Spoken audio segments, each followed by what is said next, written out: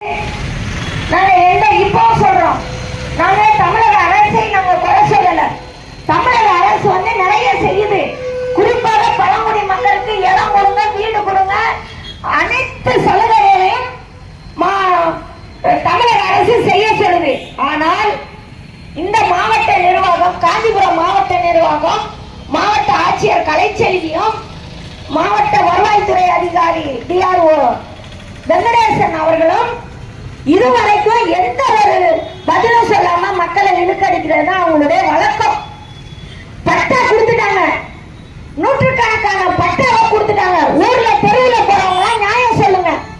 நூற்றுக்கணக்கான பட்டாவை கொடுத்து விட்டு இடத்தை காட்டவில்லைன்னா நீ என்ன பண்ணிட்டு இருக்க?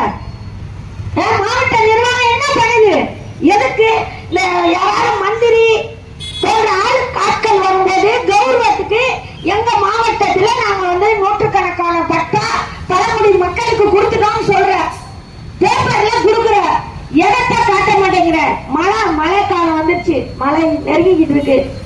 எல்லாரும் குடிசையில தான் இருக்காங்க, ஏரி குட்டை குளம் கரையில உட்கார்ந்து இருக்காங்க. மழை வந்த உடனே ஏதாவது பள்ளிக்கூடத்துல ஒரு வாரம் வச்சு சோறு போடுவாங்க. அதான் அவங்க வேலை வருஷம் வருஷம்.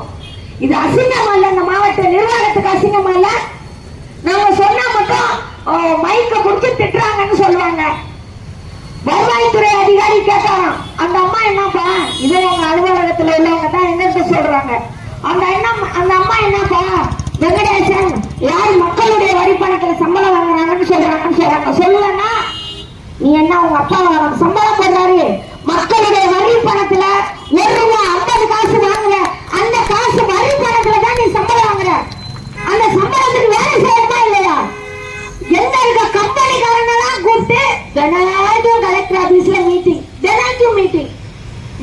நம்ம கலெக்டர், மாவட்ட ஆட்சியரை, வருவாய்த்துறையை சந்திக்க போனோம்னா கொஞ்ச நேரம் வெயிட் பண்ணுங்க. மணிக்கணக்கில் வெயிட் பண்ணியிருக்கோம், காத்திருந்தாலும்.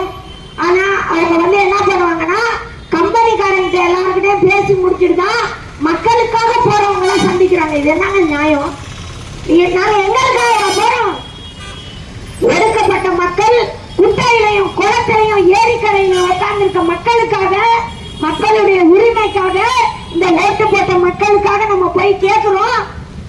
ஆனால் இந்த ஆட்சிக்கு, திராவிட முன்னேற்ற கழக ஆட்சிக்கு இழுவை தேடி கொடுக்கும் இந்த மாவட்ட ஆட்சியரையும் வருவாய்த்துறை அதிகாரிகளையும் உடனடியாக பணிமாற்றம் செய்ய வேண்டும் என்று தான் நாங்க கேட்டுக்கிறோம்.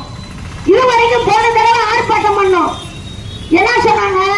ஆர்ப்பாட்டம் ரத்து, சரி ரத்து.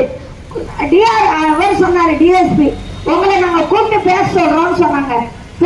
இதுவரைக்கும் ஒரு மாவட்ட ஆட்சியரும் வருவாய்த்துறை அதிகாரியும் கூப்பிட்டு எங்களை பேசவே இல்லைங்க.